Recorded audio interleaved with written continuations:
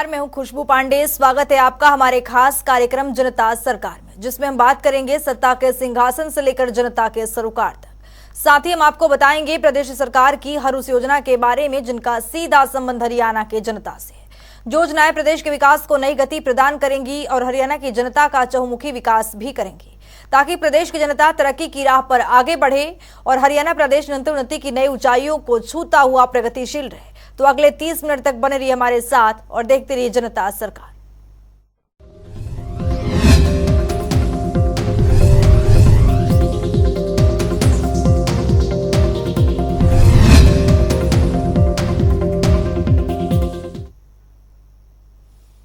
आज का दिन देश के इतिहास में स्वर्णिम अक्षरों में हमेशा के लिए जीवंत हो गया है। ऐसा हम इसलिए कह रहे हैं क्योंकि आज देश के प्रधानमंत्री नरेंद्र मोदी ने वैदिक विधि विधान के साथ संसद भवन का उद्घाटन कर देशवासियों को गौरवान्वित किया है। इस अवसर पर प्रधानमंत्री ने संसद भवन के निर्माण में श्रमिकों को योगदान को महत्व देते हुए श्रमिकों को सम्मानित भी किया है। इस अवसर पर हरियाणा के मुख्यमंत्री मनोहर लाल ने भी नवनिर्मित संसद भवन को राष्ट्र को समर्पित करने पर देश के प्रधानमंत्री नरेंद्र मोदी का धन्यवाद किया है। देखिए, हरियाणा के मुख्यमंत्री मनोहर लाल ने नवनिर्मित संसद भवन को राष्ट्र को समर्पित करने पर देश के प्रधानमंत्री नरेंद्र मोदी का धन्यवाद किया। मुख्यमंत्री मनोहर लाल ने देशवासियों को शुभकामनाएं दी और कहा कि नया संसद भवन प्रधानमंत्री नरेंद्र मोदी के नेतृत्व में भारत आगे बढ़ने के साथ साथ सशक्त और मजबूत बनाएगा और भारत को दुनिया में एक नई पहचान दिलाएगा। मुख्यमंत्री मनोहर लाल ने कहा कि राष्ट्र को समर्पित नया संसद भवन हमारी संस्कृति, प्राचीन विरासत एवं आधुनिक आकांक्षाओं का अद्भुत संगम है। नए भवन में ऊर्जा संरक्षण, जल संरक्षण, ग्रीन टेक्नोलॉजी, पर्यावरण अनुकूलता की विशिष्टता का समागम है। आत्मनिर्भर भारत के प्रतीक इस भवन के निर्माण में भारत के हर भाग ने अपनी भागीदारी निभाई है, जिससे विकास और विरासत की साझी झलक देखने को मिलेगी। मुख्यमंत्री ने कहा कि ये भवन का एक भारत श्रेष्ठ भारत की अवधारणा को चरितार्थ करेगा। नई संसद भवन का नया विराट लोकसभा कक्ष राष्ट्रीय पक्षी मोर से प्रेरित है, वहीं इसका आकार मौजूदा लोकसभा से लगभग 2 गुना बड़ा है। इसी तरह नया राज्यसभा कक्ष राष्ट्रीय पुष्प कमल से प्रेरित है, जिसका आकार भी मौजूदा राज्यसभा से लगभग 1.5 गुना बड़ा है। मुख्यमंत्री ने कहा कि नया संसद भवन वास्तुशिल्प कला और संस्कृति का अद्भुत उदाहरण है। इसमें संपूर्ण भारत की उत्कृष्टता, सांस्कृतिक विरासत के दर्शन होंगे। नवनिर्मित नए संसद भवन में प्रत्येक भारतीय को अपनी अपनी राज्यों की संस्कृति की झलक भी देखने को मिलेगी। उन्होंने कहा कि नए संसद भवन का उद्घाटन आजादी के अमृत काल में हुआ है और संपूर्ण राष्ट्र का आज इस महत्वपूर्ण और ऐतिहासिक पल का साक्षी बन रहा है। लोकतंत्र हमारी बहुमूल्य धरोहर है।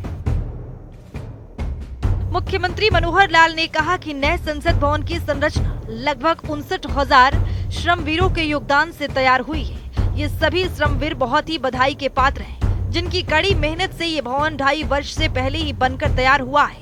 और उन्होंने कहा कि संसद भवन में स्थापित सिंगोल सभी के लिए भारत सरकार के न्यायपूर्ण और निष्पक्ष शासन के अटूट संकल्प का स्मरण करवाता है। देश की विविधता संसद भवन में समाहित है। नए संसद भवन में भारत की प्राचीन कलाओं का अद्भुत एकीकरण भी है और नया संसद भवन आत्मनिर्भर भारत का गवाह है। सुरक्षा की दृष्टि से सुरक्षा और सुविधाओं के लिए स्मार्ट फीचर और स्मार्ट एक्सेस की व्यवस्था भी है। जनता टीवी के लिए दिल्ली से स्पर्श शर्मा की रिपोर्ट। वहीं मुख्यमंत्री मनोहर लाल ने नई दिल्ली से ऑडियो कॉन्फ्रेंसिंग के जरिए हरियाणा भवन में एवं हरियाणा कर्मकार कल्याण बोर्ड में पंजीकृत श्रमिकों को और उनके बच्चे से सीधा संवाद किया और श्रमिकों के बच्चों को दी जाने वाली छात्रवृत्ति की राशि में बढ़ोतरी की एक बड़ी घोषणा की है। देखिए,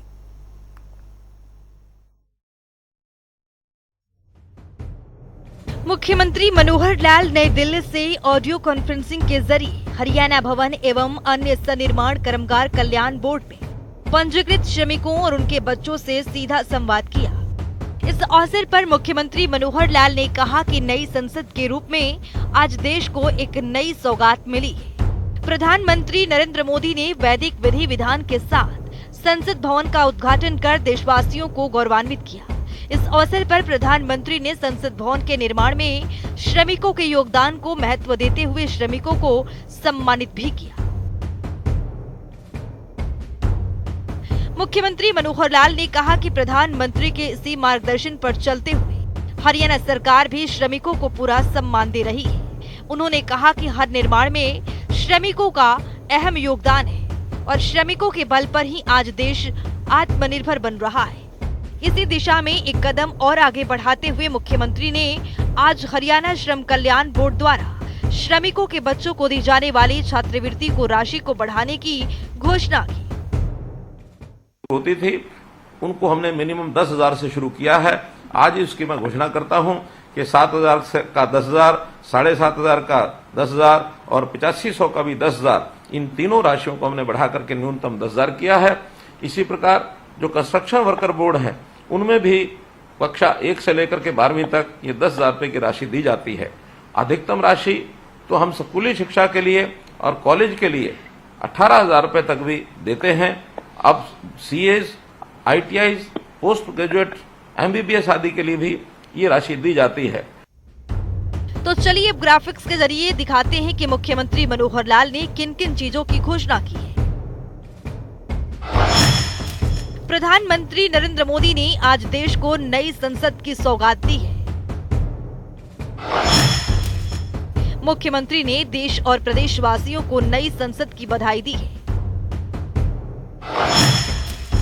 संसद भवन का निर्माण करने वाले श्रमिकों का पीएम ने सम्मान किया।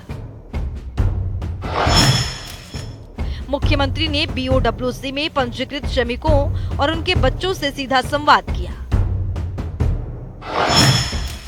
सीएम ने श्रमिकों के बच्चों को दी जाने वाली छात्रवृत्ति की राशि में बढ़ोतरी की घोषणा की।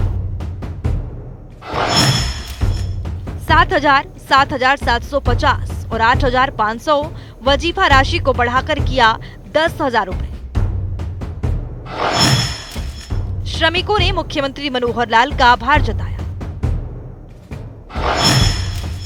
मुख्यमंत्री बच्चों को शिक्षा देकर ऊंचाइयों तक पहुंचाने का सपना पूरा कर रहे हैं। हर निर्माण में श्रमिकों का अहम योगदान है। श्रमिकों के बल पर ही देश बन रहा है आत्मनिर्भर।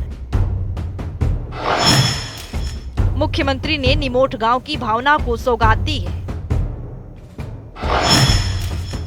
सीएम ने गांव में लाइब्रेरी खोलने की मंजूरी दी। संवाद के दौरान श्रमिकों ने मुख्यमंत्री का आभार व्यक्त करते हुए कहा कि हरियाणा सरकार ने उनके लिए जितनी भी योजनाएं चलाई है उससे वे बहुत लाभान्वित हो रहे हैं। अधिकांश श्रमिकों ने उनके बच्चों को शिक्षा प्रदान करने के लिए चलाई जा रही योजनाओं के लिए विशेष रूप से आभार व्यक्त किया है और कहा कि वे स्वयं श्रमिक हैं, लेकिन हम अपने बच्चे को शिक्षा देकर जीवन में नई ऊंचाइयों तक पहुंचाने का सपना रखते हैं। इस सपने को पूरा करने में मुख्यमंत्री मनोहर लाल उनका सहारा बन रहे हैं। संवाद के दौरान रेवाड़ी जिले के निमोटी गांव की भावना ने शिक्षा के प्रदान की जा रही वित्तीय सहायता के लिए मुख्यमंत्री का आभार व्यक्त किया और गांव में एक लाइब्रेरी बनाने की अपील भी की। इस पर मुख्यमंत्री ने जल्द ही निमोटी गांव के लिए लाइब्रेरी बनाने को मंजूरी दी। इसी तरह पलवल जिला से जुड़े आकाश के पिता ने भी मुख्यमंत्री से लाइब्रेरी बनाने का अनुरोध किया। इसके लिए भी मुख्यमंत्री ने जल्द मंजूरी प्रदान कर दी और पलवल की औरंगाबाद गांव में आर्य समाज मंदिर में भी लाइब्रेरी खोली जाएगी। हरियाणा के बच्चे अब पढ़ाई में बहुत शौकीन बन करके और उनको आगे बढ़ रहे हैं, क्योंकि अब हमने सरकारी नौकरियों में मेरिट को और ये तरजीह देनी शुरू की है। मिशन मेरिट ये हमारा लक्ष्य है। योग्यता के आधार पर ही अब नौकरियां मिलनी शुरू हुई हैं, तो बच्चों की पढ़ाई में जो रुचि बढ़ी है इसका बहुत बड़ा एक लाभ हुआ है। हमारे यहाँ कोचिंग सेंटर्स उसमें भी बहुत भीड़ लगने लगी है, लाइब्रेरीज में भी भीड़ लगने लगी है। गांव-गांव में हमने लाइब्रेरीज भी खोलनी शुरू की हैं। कभी भी चाहे वो गांव का बच्चा हो, शहर का बच्चा हो, गरीब का बच्चा हो, उसको मन का एक उत्साह रखना चाहिए। उदाहरण के लिए हमारे पास बहुत ऐसे उदाहरण हैं जो कभी भी आप उनके बारे में पढ़ेंगे तो आपको लगेगा कि हाँ, कोई भी एक छोटे परिवार से भी बढ़ करके आगे बढ़ सकता है। अगर हम अपने देश के पूर्व प्रधानमंत्री लाल बहादुर शास्त्री जी का उदाहरण लें तो बहुत ही गरीब परिवार से वो संबंध रखते थे। उनके पास गंगा नदी का एक छोर से दूसरे छोर पर जाने के लिए, नाव में देने के लिए एक पैसा भी उस समय नहीं होता था और एक पैसे के बिना वो नदी को तैर करके पार करके और अपने स्कूल में जाते थे। और एक दिन ऐसा आया कि वो अपने देश के प्रधानमंत्री बने। मुख्यमंत्री मनोहर लाल ने कहा कि किसी भी देश के आर्थिक विकास में श्रम की महत्वपूर्ण भूमिका रहती है। भूमि पूंजी, उद्यमिता और श्रम में ऐसे 4 आधार स्तंभ हैं जिन पर हर देश की अर्थव्यवस्था का निर्माण होता है। इनमें से चौथा स्तंभ श्रम सबसे महत्वपूर्ण है। हमारी संस्कृति में तो श्रमिकों के प्रति सदा से ही आधार का अभाव रहा है, इसीलिए श्रमिकों को महान शिल्पी विश्वकर्मा की संज्ञा दी गई है। जनता टीवी के लिए दिल्ली से स्पर्श शर्मा की रिपोर्ट। मुख्यमंत्री मनोहर लाल के नेतृत्व में हरियाणा विकास के पथ पर आगे बढ़ रहा है। विकास की दिशा में तेजी से कदम बढ़ा रहे मुख्यमंत्री मनोहर लाल के मार्गदर्शन में गरीब जरूरतमंदों का चहुमुखी विकास हो रहा है। मुख्यमंत्री ने इसका श्रेय प्रदेश के मेहनत कश श्रमिकों को दिया है। मुख्यमंत्री ने कहा कि इनके मेहनत के बल पर ही हरियाणा देश में सबसे तेजी से प्रगति करने वाला राज्य बन गया है। देखिए। मुख्यमंत्री मनोहर लाल के नेतृत्व में हरियाणा विकास के मामलों में नई बुलंदियां छू रहा है। मुख्यमंत्री मनोहर लाल प्रदेश के उत्थान के लिए कई महत्वपूर्ण काम कर रहे हैं। इसी कड़ी में मुख्यमंत्री मनोहर लाल ने ऑडियो कॉन्फ्रेंसिंग के जरिए हरियाणा भवन एवं अन्य सनिर्माण कामगार कल्याण बोर्ड में पंजीकृत श्रमिकों और उनके बच्चों से सीधा संवाद किया। इस अवसर पर मुख्यमंत्री मनोहर लाल ने कहा कि श्रमिकों के मेहनत के बल पर ही हरियाणा देश में सबसे तेजी से प्रगति करने वाला राज्य बना है।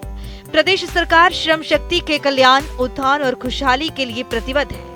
प्रदेश सरकार ने श्रमिकों के कल्याण और उत्थान के लिए विभिन्न योजनाएं बनाई है।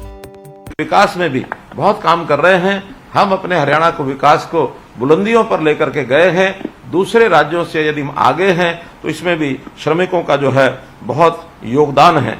आपके बल पर हरियाणा सबसे तेज गति से प्रगति करने वाला ये प्रदेश बना है। स्वामी विवेकानंद भी कहा करते थे कि श्रम ही जीवन है। जिस समाज में श्रम को महत्व नहीं मिलता वह बहुत जल्दी नष्ट हो जाता है। अर्थात हम भी उसी सिद्धांत पर एक प्रकार से काम करते हैं। श्रमेव जयते में विश्वास रखते हुए श्रमिकों के प्रति हमने बहुत सी योजनाएं बनाई हैं ताकि श्रमिकों का जो जीवन है वो सरल कैसे हो, उनके जीवन, उनके परिवार की आवश्यकताएं वो कैसे पूरी हो, इस प्रकार से आगे हम बढ़ते हैं। मुख्यमंत्री ने कहा कि राज्य सरकार का ध्यान केवल संगठित क्षेत्रों पर नहीं है बल्कि असंगठित क्षेत्र पर भी है। हरियाणा में आज लगभग 25% श्रमिक संगठित क्षेत्र में और 75% श्रमिक असंगठित क्षेत्र में कार्यरत है। प्रधानमंत्री श्रम योगी मानधन योजना के तहत असंगठित श्रमिकों का पंजीकरण करने में हरियाणा देश में प्रथम स्थान पर है। अब तक इस योजना के तहत 8,19,564 लाभार्थियों का पंजीकरण किया जा चुका है। अपने यहाँ 2 प्रकार के श्रमिक हैं, संगठित क्षेत्र, असंगठित क्षेत्र। संगठित क्षेत्र तो मात्र 25% श्रमिक ही होते हैं। 75% श्रमिक तो असंगठित क्षेत्र से होते हैं। असंगठित क्षेत्रों का जीवन और ज्यादा दुर्भर होता है क्योंकि वहां निश्चित कोई आय के साधन नहीं होते। अपना रोजगार स्वयं ढूंढते हैं, स्वयं काम करते हैं या कहीं इक्का दुक्का की संख्या में लोगों के पास जाकर के नौकरी करते हैं। उनकी सुरक्षा रखना बहुत आवश्यक है, बहुत जरूरी है। जब भी इस प्रकार के श्रमिकों की कोई कठिनाई आती है उस कठिनाई को दूर करने के लिए हमने विभिन्न प्रकार की योजनाएं बनाई हैं। श्रमिकों की न्यूनतम वेजेस यानी न्यूनतम वेतन, इसकी सुरक्षा भी हम करते हैं। श्रमिकों का यदि कभी कोई नुकसान हो जाए यानी दुर्घटना हो जाए तो उस दुर्घटना के बीमे की हम चिंता करते हैं।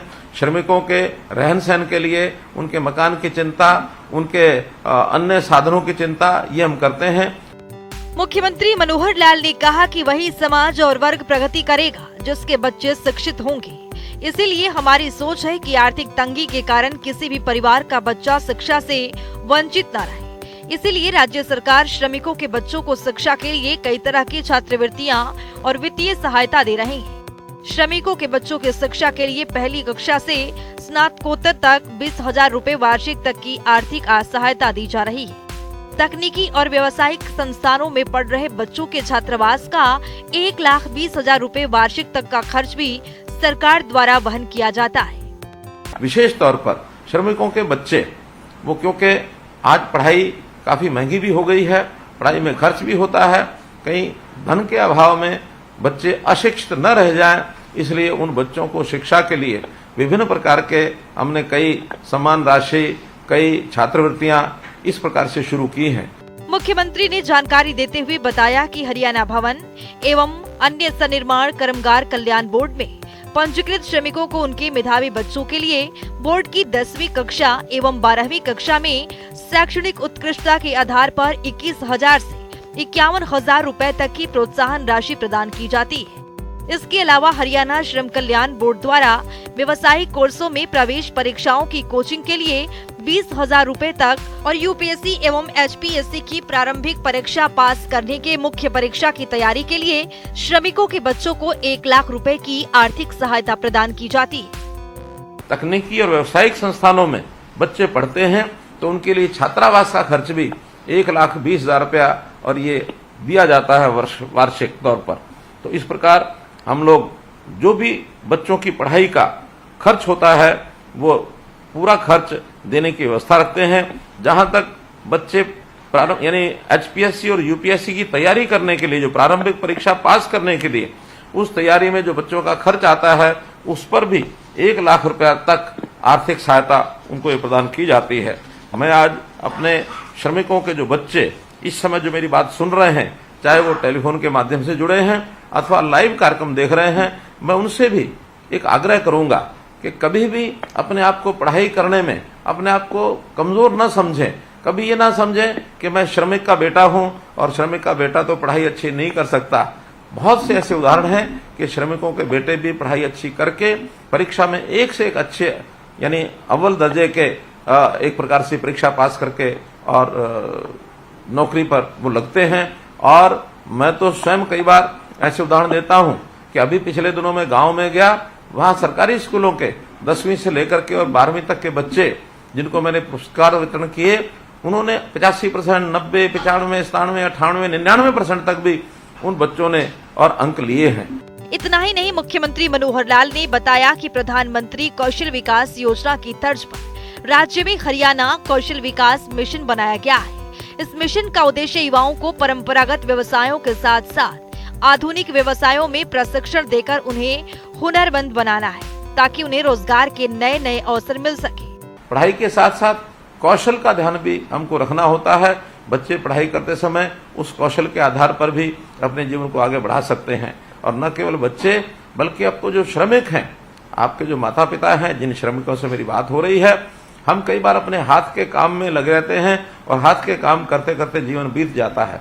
हमने आजकल अब श्रमिकों के लिए कौशल विकास की बहुत सी योजनाएं ऐसी बनाई हैं ताकि वो एक छोटी मोटी मशीनरी के साथ भी अपना काम कर सके और मैकेनिकल अगर सिस्टम में वो काम करने के लिए आगे बढ़ते हैं तो उनकी आय भी बढ़ेगी। कोई भी व्यक्ति मैकेनिकल छोटी मोटी ट्रेनिंग इस कौशल विकास के माध्यम से ले सकता है। अभी नए आयाम हमारे लिए खुले हैं। पिछले दिनों में हमने हमारा जो फॉरेन कोऑपरेशन डिपार्टमेंट अर्थात विदेश सहयोग विभाग जो सरकार का है, उसके माध्यम से जब विदेश के लोगों से बात की, उन्होंने कहा कि हमें कुशल श्रमिक ये चाहिए और कुशल श्रमिकों की मांग हजारों की संख्या में उनके पास आई है। और हम उसी हिसाब से कुछ लोगों को कुशलता के जो प्रोग्राम हैं वो नए नए सिखा करके और उनको विदेश भेजने की ये भी तैयारी कर रहे हैं।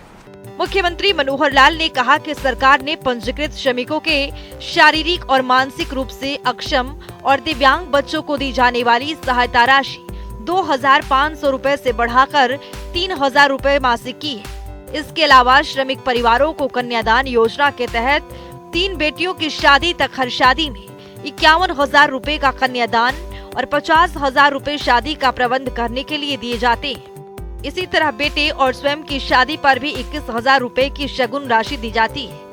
भाई बहनों, यानी श्रमिकों के बच्चों, खास करके ऐसे दिव्यांग बच्चे हैं, उनकी भी सहायता हम अलग से करते हैं। मानसिक रूप से अक्षम है, उनकी सहायता करते हैं। उनको उनकी बेटियों की शादी पर हम 51,000 रुपया ये भी देते हैं।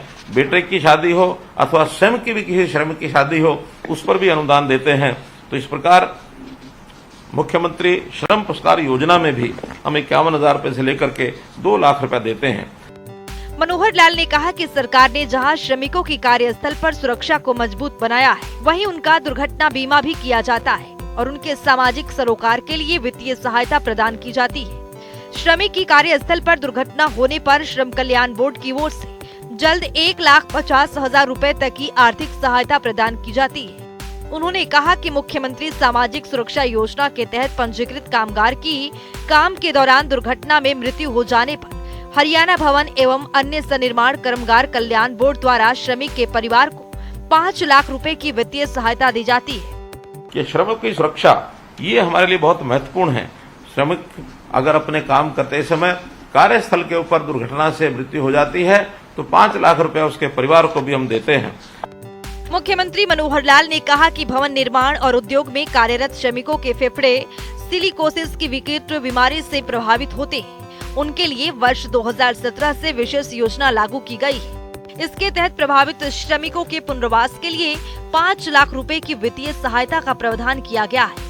अगर श्रमिक इस बीमारी से मृत्यु हो जाती है तो श्रमिक के परिवार को इस योजना के तहत 1 लाख रुपए तक की आर्थिक सहायता दी जाती है। अब तक 30 करोड़ 9 लाख रुपए की राशि प्रदान की गई है।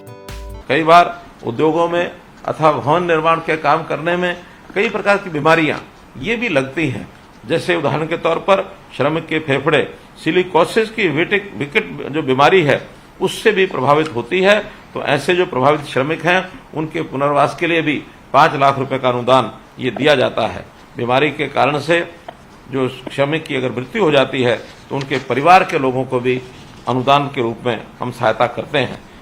इसके अलावा हरियाणा कर्मचारी राज्य बीमा हेल्थ केयर की ओर से 21,000 रुपए मासिक से कम वेतन वाले 24 लाख बीमित श्रमिकों और उनके आश्रितों को समग्र स्वास्थ्य सेवाएं प्रदान की जा रही है। उन्होंने कहा कि भवन निर्माण और उद्योगों में कार्यरत पंजीकृत श्रमिकों के लिए चलाई जा रही कल्याणकारी योजनाओं के लाभ डीबीटी के माध्यम से दिए जा रहे हैं। श्रमिकों को इन योजनाओं का लाभ प्राप्त करने के लिए अंत्योदय सरल केंद्र, अंत्योदय भवन और राज्य के CSC सेंटर के माध्यम से पंजीकरण करवाना होता है। भाइयों बहनों, हमारे यहाँ जो हरियाणा राज्य कर्मचारी राज्य बीमा वेलफेयर है, इनकी सहायता, इनके माध्यम से भी 21,000 रुपए के कम वेतन पाने वाले को हम 24 लाख बीमित श्रमिकों और उनके आश्रितों को समग्र स्वास्थ्य सेवाएं ये प्रदान कर रहे हैं। अर्थात ESI का लाभ ये भी भरपूर इन श्रमिकों को मिल रहा है। श्रमिकों की योजनाएं बहुत हमने बनाई हैं और इन छोटी छोटी योजनाओं को पाने के लिए अब आपको किसी ऑफिस के चक्कर नहीं काटने पड़ते, बल्कि सारे सिस्टम हमने ऑनलाइन बना दिए हैं और इन ऑनलाइन सिस्टम में आप सरल केंद्रों पर जाकर, अंत्योदय भवन में जाकर CSC सेंटर के माध्यम से आप अपना पंजीकरण करा सकते हैं। श्रमिकों के पंजीकरण के माध्यम से इन सब योजनाओं का लाभ लेने के लिए वो योग्य हो जाते हैं। इस प्रधानमंत्री ने भी श्रम योगी मानधन योजना ये शुरू की है। हर वर्ष 6,000 रुपया उनको मिलता है। अभी तक हरियाणा राज्य में 8,19,000 लाभार्थियों का पंजीकरण किया जा चुका है। यदि आपने पंजीकरण न कराया हो तो अवश्य अपना पंजीकरण कराएं ताकि 6,000 रुपया ये वार्षिक प्रधानमंत्री जी की ओर से श्रम योगी मानधन योजना के अंतर्गत आपको दिया जा सके। मुख्यमंत्री ने कहा कि राज्य सरकार श्रमिकों को आधुनिक मशीनों पर काम करने के लिए कौशल प्रशिक्षण प्रदान कर रही है। इतना ही नहीं, विदेश सहयोग विभाग के पास विदेशों से भी कुशल श्रमिकों की मांग आई है, जिसके परिणाम स्वरूप अब सरकार प्रदेश के श्रमिकों को कुशल बनाकर विदेशों में भेजने के प्रयास कर रही है। मुख्यमंत्री मनोहर लाल ने कहा कि श्रम पुरस्कार योजना के तहत श्रमिकों को 51,000 रुपए से लेकर 2 लाख रुपए तक की राशि के पुरस्कार दिए जाते हैं। इसके तहत अब तक 132 लाभार्थियों को 37,38,000 रुपए के पुरस्कार दिए गए हैं। इसके अलावा अंत्योदय आहार योजना के तहत 10 जिलों में श्रमिकों को 10 रुपए में उच्च गुणवत्ता का भोजन उपलब्ध करवाया जा रहा है। न्यूनतम वेतन के पुनर्निर्धारण प्रणाली के विसंगतियों का दूर किया गया है। आपको बता दें कि मुख्यमंत्री मनोहर लाल के नेतृत्व में प्रदेश के गरीब जरूरतमंदों का विकास तो हो ही रहा है, तो वहीं प्रदेश एक नई ऊंचाइयों को छूता हुआ प्रगतिशील होता जा रहा है। जनता टीवी के लिए दिल्ली से यशपाल शर्मा की रिपोर्ट।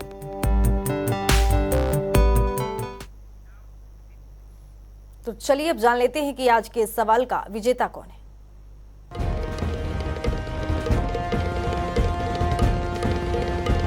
तो बात अब आज के विजेता की। जैसा कि आप जानते हैं, हर रोज एक नया सवाल पूछते हैं और सही जवाब देने वाले के नाम और तस्वीर अपने टेलीविजन स्क्रीन पर दिखाते हैं, साथ ही उसको उपहार भी देते हैं। तो चलिए अब जान लेते हैं कि कल का हमारा सवाल क्या था और कौन है इसका विजेता। कल का हमारा सवाल था, मुख्यमंत्री अंत्योदय परिवार उत्थान योजना का मुख्य उद्देश्य क्या है? इसका सही जवाब है ए, आय बढ़ाना। ढेरों जवाब आए, लेकिन आज के हमारे विजेता हैं हिसार से अजय वर्मा। अजय, आपको बहुत बहुत बधाई। तो फिर पूछेंगे आज का सवाल, देखते रहिए चमत्कार। तो चलिए अब जान लेते हैं कि आज के सवाल में क्या कुछ है।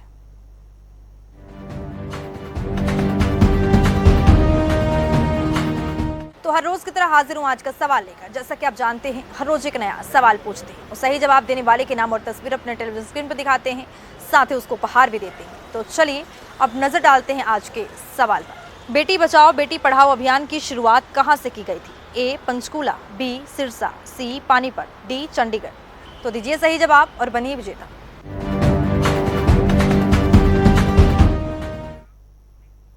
तो हमारे खास कार्यक्रम जनता सरकार में आज के लिए इतना ही। नमस्कार।